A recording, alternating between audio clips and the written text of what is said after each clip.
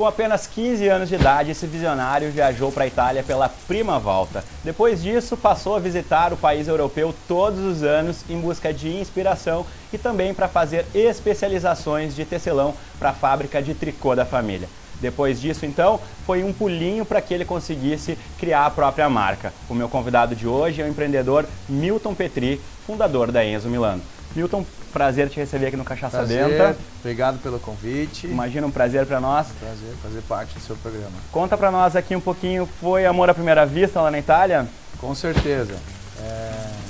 Quando eu cheguei lá, quando a gente decidiu então que eu teria que ir para a Itália fazer esse curso, a primeira imagem que veio à cabeça, o país da bota, né?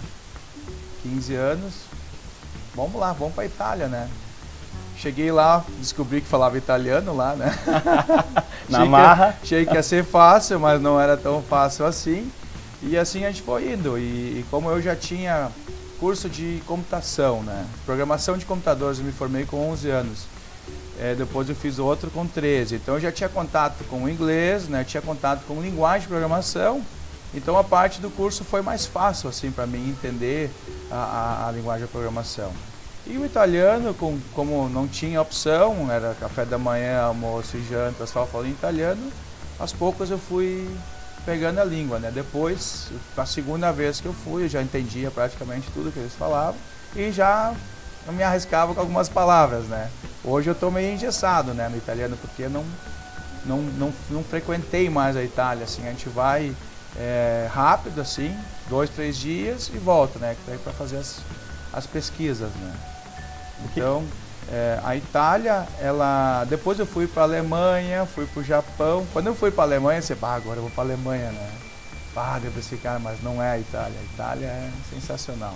Lá tudo é diferente, né? Eles vão fazer um carro, vão fazer uma comida, vão fazer qualquer coisa. Eles não fazem por fazer, faz de qualquer jeito, não. Eles se preocupam com cada detalhe. E como eu vivia com os engenheiros que me davam curso da fábrica, essa fábrica de teares, que conheciam os engenheiros da Lamborghini, porque a Lamborghini era do outro lado da rua. Então, no final de semana, eu saí, o dono da fábrica dizia, leva esse guri aí para passear, né? Então, eu passeava com esse pessoal, os engenheiros da Lamborghini, engenheiros da Ducati, engenheiros dessa fábrica de teares.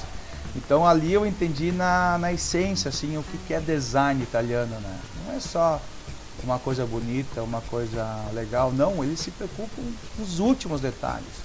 Eu sei que um dia eles estavam discutindo uma peça de um carro lá, do cara disse, cara, vamos cortar assim mesmo. O cara disse, não, meu, que vai dar problema, pode quebrar, vamos refazer. E eles ficam, às vezes, 2, 3 meses só desenvolvendo um eixo, por exemplo. Então, e isso me encantou muito. E aí, quando a gente resolveu, então, criar a Enzo Milano, né? Quando a gente resolveu criar uma marca nossa, né? Disse, não, tem que ser italiana, né? Por causa desse apreço, desse capricho, desse diferencial que o italiano tem. E além do design, né, dos produtos, a qualidade dos materiais também é outra coisa que chamou muita atenção. Sim, né? Nossa, os fios que eu tecia lá, que eu fazia meus testes, né? Eu ficava até às vezes preocupado, disse, cara, mas eu posso tecer esse fio aqui para teste?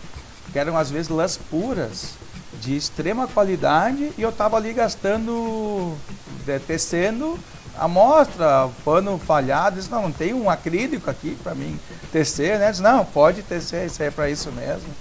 Então eles são muito detalhistas, eles se preocupam muito com a qualidade. Então eles se preocupam como que o corpo vai reagir com aquela fibra. Eles não buscam um produto barato que tenha um visual bacana, não. Como é que esse produto, como é que essa fibra vai reagir na pele? Vai dar alergia, não vai dar?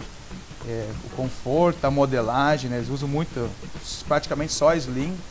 Então, como vai ser o corte, o caimento, tá? Essa fibra aqui, para essa modelagem, vai dar um bom caimento? Vai ficar legal? Então, cara, é impressionante como eles se preocupam com os detalhes. Agora, o empreendedorismo é algo que vem de família, né, para ti, né? Conta um pouquinho disso para nós aqui, né? Sim. Quando nós começamos a empresa da minha família, que é a Malhas Daiane, eu tinha 13 anos. Né? E nós tínhamos uma funcionária. Mas antes disso, nós tínhamos uma fábrica de chimia. Hoje, meus amigos me chamam de Chimia. Meu apelido é Chimia, né? Tem pessoas que não sabem meu nome. Vamos botar o crédito lá, Chimia, então, para quem não... E aí, quando a gente começou a malharia, eu já tinha esses 2 cursos de programação. A gente foi numa feira em Caxias, na Feira Malha, comprar os teares, né? Primeira stand que a gente foi, os caras olharam para nós e os caras são loucos, fazem chimia, querem fazer malha, né? Aí no segundo stand a mesma coisa, no terceiro stand o cara acreditou, né? Disse, não, isso pode dar certo, eles têm vontade de fazer. A mãe sempre teve um desejo de ter uma confecção, porque tinha um casamento, por exemplo, ela ia lá, comprava o tecido e mandava costurar. Ela desenhava o vestido dela que ela ia usar no casamento. Então ela sempre teve essa vontade de ter uma marca, né? Então o cara percebeu isso e forneceu os equipamentos para nós. Quando o cara chegou para dar o treinamento, o instrutor, né, era para ficar 2 semanas, né, comigo, né? Ele ficou 3 dias e foi embora. Aí o pai chegou na tecelagem e disse, tá, cadê o instrutor, né? Não, foi embora. Não, mas eu paguei 2 semanas para ele. Sim, pai, mas ele já me explicou tudo, as máquinas já estão funcionando, ele vai voltar só para tirar as dúvidas. Então, em vez de ele ficar 2 semanas fio, ele vai voltar uma vez por semana para tirar as dúvidas. A Inquietude, então, sempre foi uma das tuas marcas, né? Isso. E daí foi um passinho, né? Um pulinho para tu criar a Enzo Milano, né? Como é que surgiu a ideia da Enzo? Aí eu continuei indo para a Itália, 16, 17, 18, todo ano, às vezes 2 vezes por ano. Eu fazia o curso em Bolonha, em Sant'Agata Bolognese, onde é a fábrica da Lamborghini, pegava 2 ônibus, um trem, chegava no centro de Milão e lá eu fotografava todas as vitrines, fazia toda a pesquisa de moda para a mãe se inspirar para as coleções. Então muita gente olhava e disse, nossa, mas da onde vocês tiram tantas ideias, né? Mas a gente já trazia tudo isso da Itália, então a gente já fazia isso na Malhas da Erne. Depois, para Enzo Milano, foi uma conversão, uma marca masculina, né? Um pouco diferente do feminino, mas eu já conhecia todas as ruas, onde estavam as melhores marcas, os melhores produtos. Então, foi mais ou menos assim, foi uma ideia de, vamos lançar uma marca masculina. Tem que ser italiana, né? Como que ela vai ser italiana? Não, o nome tem que levar direto para a Itália. O nome por si só, ele escrito, tem que levar para a Itália. Então a gente começou uma combinação de vários nomes. Esse projeto nasceu dentro da Malhas da Erne. E chegamos no Enzo, né? Que é a abreviatura de Lorenzo na Itália, né? E só Enzo, até ela poderia ser no futuro ser conhecida como Enzo, né? Mas Enzo por si só não tinha força assim, né? Não levava para a Itália. Aí colocamos o Milano, que é Milão italiano, né? Dá um endosso ali, né? Lorenzo Milano, Enzo Milano, era um monte de nomes, né? Mas quando combinamos Enzo Milano, opa, esse negócio... Nome fácil, né? Esse negócio soa diferente, fácil de decorar. E forte, né? Fixa fácil, conecta direto com a Itália. Aí nós precisávamos um logo, então o logo é as cores da Itália no formato de E, né? Se tu olhar, o logo é um E com as cores da Itália, né? E lançamos a marca a primeira vez na Fenin em Gramado, uma feira de marcas e tal. E o pessoal passava na frente dos stands e dizia, nossa, olhava assim a fachada, nossa, como tem marcas de fora esse ano na feira, né? Bingo, Go, né? Porque a gente queria isso. A gente se comunica como uma marca italiana, com design italiano, mas produzido no Brasil, adaptado para o Brasil, né? Porque tem algumas coisas que não funcionam no Brasil, então a gente adapta. Então a primeira feira foi um sucesso. As mesas onde a gente tirava o pedido, tinha fila para sentar, para tirar pedido. Aí depois nós lançamos uma coleção de verão, porque a gente não tinha know-how de verão, né? Então a gente teve que lançar jeans, camisa, camiseta, porque o nosso know-how era tricô, né? Então a primeira coleção não foi tão assertiva, mas a segunda nós já corrigimos. E agora a nossa coleção de verão, ela sempre cresce em cima da de inverno, né? Porque o Brasil é quente no Brasil inteiro, é só no sul que faz frio. Então a gente tem uma limitação do tricô, por isso que a coleção de verão sempre cresce mais que a de inverno. E Milton, quais são os diferenciais da marca Enzo Milano como um todo? A gente tem, toda ela é diferenciada, assim, porque a gente se preocupa com a matéria-prima, né? Mas a gente tem alguns itens que a gente se diferencia, que é, por exemplo, o tricô, né? O tricô, como a gente tem a fábrica lá, eu conheço aquilo de cor, então é uma potência, assim, na coleção, a nossa coleção de suéteres, de cardigan, de casacos, jaquetas, esse é um dos diferenciais. Um outro diferencial é o algodão pima, que a gente traz do Peru também. A gente até agora deu uma pausa, a gente vai voltar a trazer esse algodão, que é uma fibra fantástica, uma camiseta que dura praticamente eternamente. Nós também estamos lançando agora uma coleção de trajes sob medida e sapatos sob medida. É um sapato que o cliente entra na loja, a gente tem um aparelho onde ele bota o pé dentro, tira todas as medidas do pé, porque tem pessoas que têm o pé mais alto, mais largo, mais baixo. Então a gente tira todas essas medidas, o cliente escolhe o tipo de couro que ele quer, se ele quer um piton, se ele quer um enguia ou um croco, tudo com procedência, com laudo do IBAMA, né? Tu recebe um laudo do IBAMA que aquilo é criação em cativeiro e tal, tudo licenciado. E em 70 ele escolhe o tipo de couro, depois ele escolhe a cor do couro, escolhe a cor da sola. Depois que ele escolheu todos os detalhes e as medidas, esse sapato é colocado em produção, em 72 horas o sapato está pronto. Aí o cliente vem na loja, prova, vê se apertou alguma coisa, se ficou 100%. Se não ficou 100%, ele volta para a fábrica de novo até ficar 100%. A mesma coisa a nossa linha de trajes que a gente está lançando também. É um traje de lã merino australiano, o cliente vem, a gente tira todas as medidas dele, faz a primeira amostra, ele vem na loja, prova, vê se ficou no ajuste, volta para a fábrica até ficar 100%. Então, traje sob medida e sapato sob medida que a gente está lançando agora. Maravilha. Hiperpersonalização, né? As pessoas estão em busca disso, né? Agora tem outra coisa também que eu acho que é importante a gente falar, que é o desenho de experiências, né?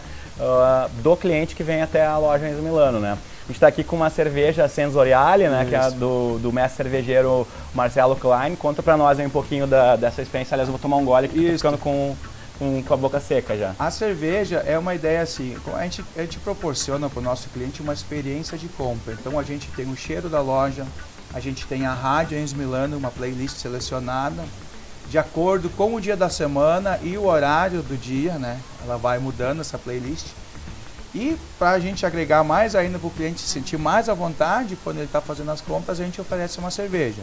Então a gente desenvolveu uma cerveja para o nosso cliente. Então a gente tem a cerveja Dortmund, uma Dortmund Sport, que é praticamente uma Pilsen, uma cerveja mais suave, para paladares que estão acostumados a tomar uma cerveja nacional. Depois a gente tem uma Viena Lager, que ela já é uma coloração bem escura, né, o grão mais torrado.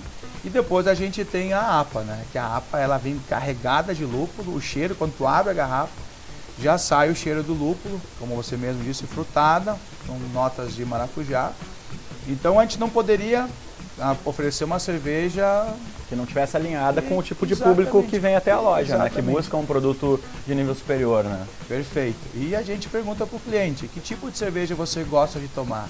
Conforme a resposta dele, a gente sugere uma dessas 3 cervejas, né? Que a gente acredita que com essas 3 a gente consiga agradar quase todos os paladares de cerveja artesanal. E a cerveja artesanal é uma onda muito forte, né? Ela veio para ficar, né? Ela vai crescer muito.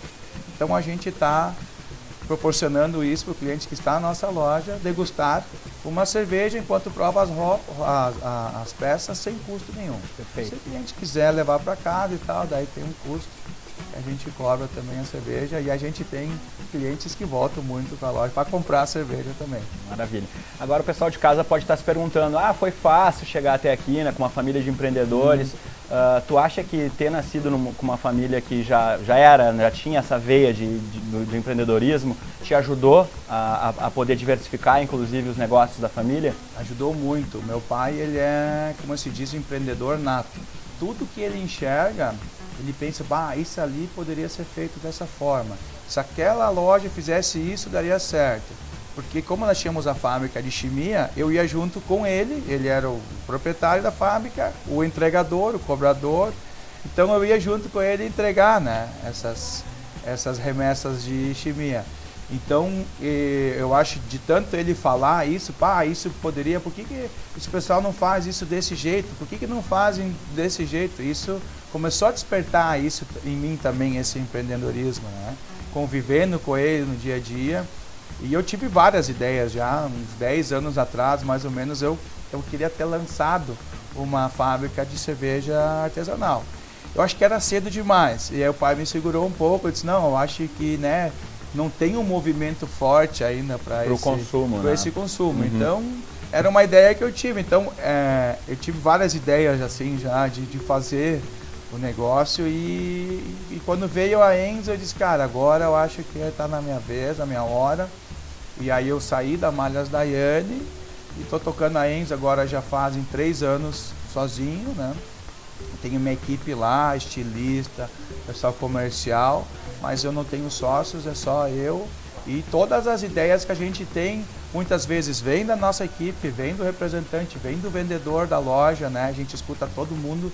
A gente é uma startup e a gente quer funcionar como uma startup por muitos anos. A gente nunca quer ser uma empresa engessada, que não vai a campo. Eu vou muito a campo, eu ajudo no atendimento.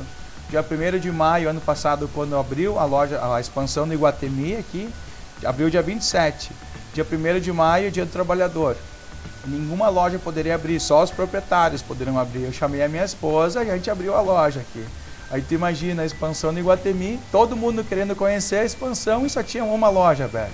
Foi um tumulto geral, né? Essa visão de Mas negócio, foi né? uma experiência muito boa, claro, sabe? Perfeito. Então a gente está sempre em busca, eu acordo todo dia, às vezes até fico assustado com a motivação que a gente acorda todo dia, pensando em alguma coisa nova, pensando em fazer um produto diferente. A gente tem um monte de projetos dormindo lá, de ideias que a gente já teve, que a gente está esperando o momento certo de lançar. Então é ter a mente aberta sempre para novas ideias e acompanhar o mercado, né? O mundo está mudando muito rápido. Então, se tu não tá com a mente aberta para acompanhar essa mudança, tu fica no tempo. O pessoal de casa que está nos assistindo e perguntando em relação ao planejamento, né? Da concepção até o nascimento da Enzo Milano, foi quanto tempo e o investimento foi alto também? Foi mais ou menos 1 ano, né? Foi mais ou menos 1 ano que esse projeto ficou incubado, né? Em testes. Mas depois que a gente então chegou no nome, até o lançamento foi muito rápido. Até a minha lua de mel foi uma viagem de pesquisa para Enzo Milano. Minha esposa estava grávida, nós tínhamos uma feira de máquinas em Barcelona para ir, e eu disse, e agora? A gente casou uma semana antes dessa viagem. E eu disse, não, vamos aproveitar e vamos fazer a lua de mel. Daí a gente estava em Barcelona, e eu disse, vamos para Veneza. Eu já tinha ido 5 vezes para Veneza, né? Aí a gente foi para Veneza, ficamos 2 dias em Veneza. Depois fomos para essa feira de máquinas e junto com tudo isso, Veneza, Itália, Barcelona, a gente fez a pesquisa para lançar a Enzo Milano. Nós voltamos de viagem, em um mês e meio a coleção estava completa. Como era só de tricô e nós temos tudo em casa, né? Programadores, desenvolvedores, modelistas, a gente conseguiu, por ter essa estrutura montada, a gente conseguiu lançar essa coleção em 1 mês. Hoje nosso desenvolvimento, uma coleção dura aí em média 3, 4 meses hoje para arredondar ela com o estilista, né? Deixar para lançar ela. E aquela vez foi uma loucura, assim, uma correria, né? Então esse foi mais ou menos o time. A feira foi em 2012.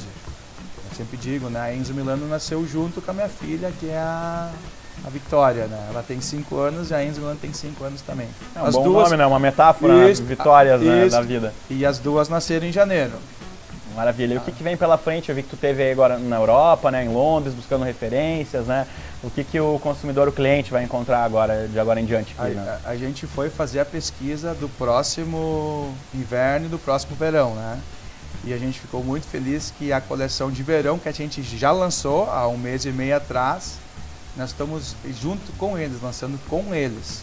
Então estamos na mesma batida, tá entrando nas lojas ao mesmo tempo a referência, a tendência deles com o que nós estamos lançando.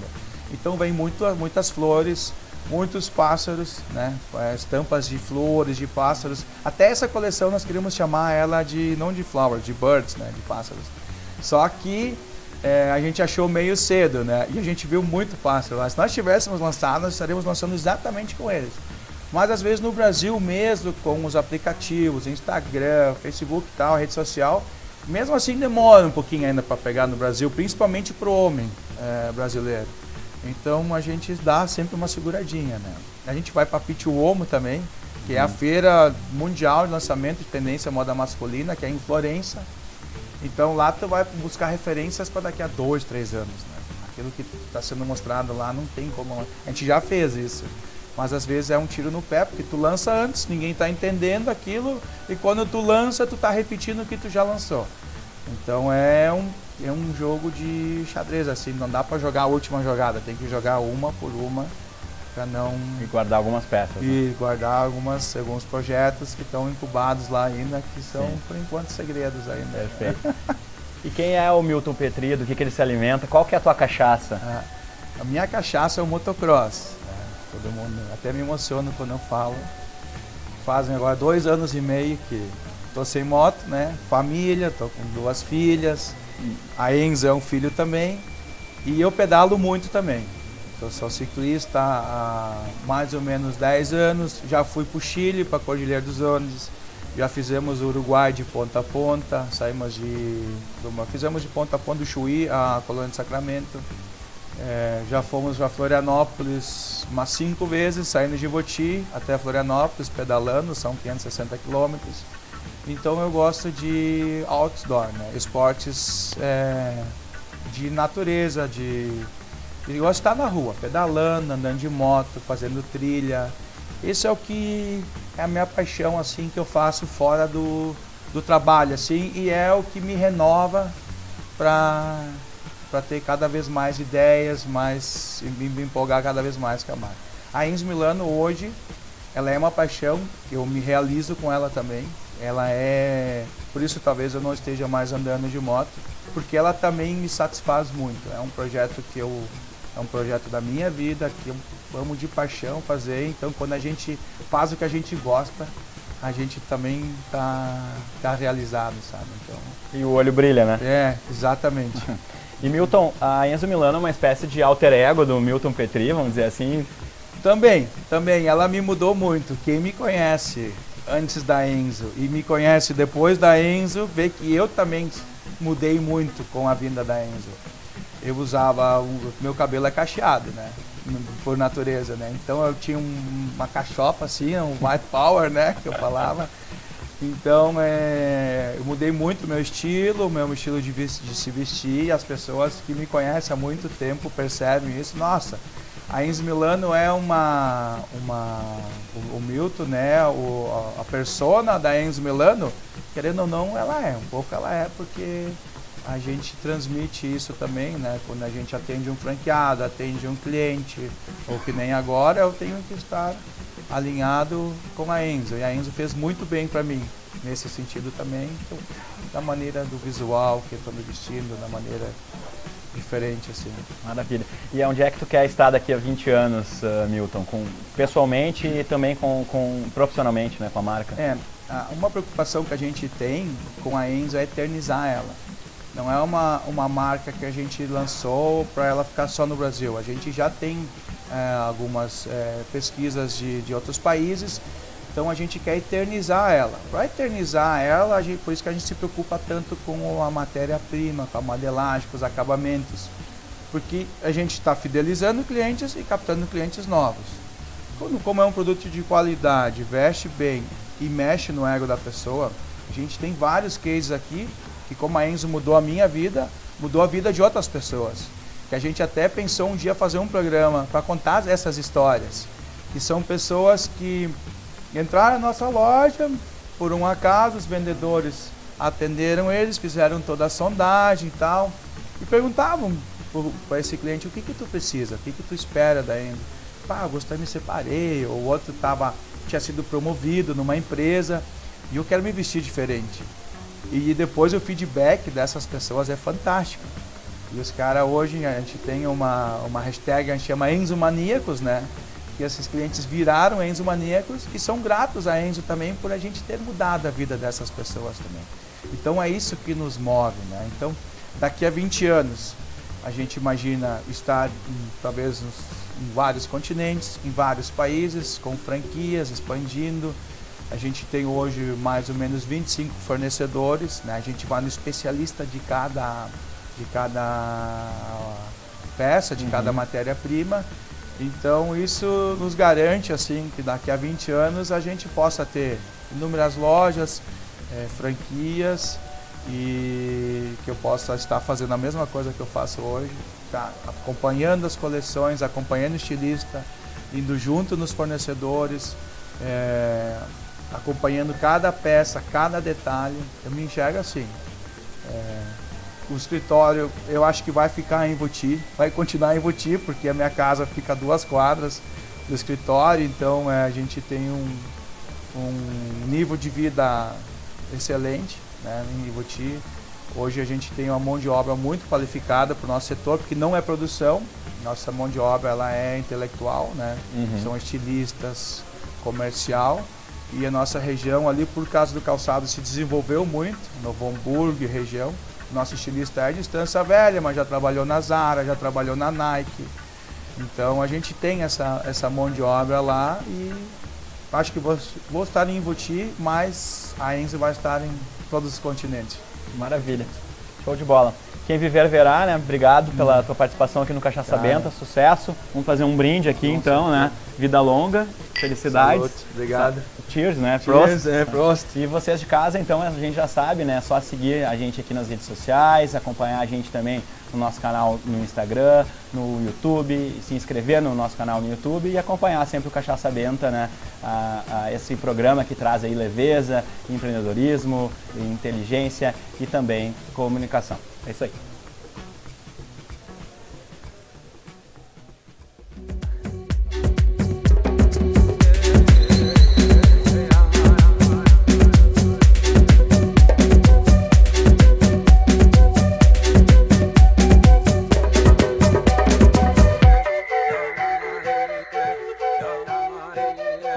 Yeah.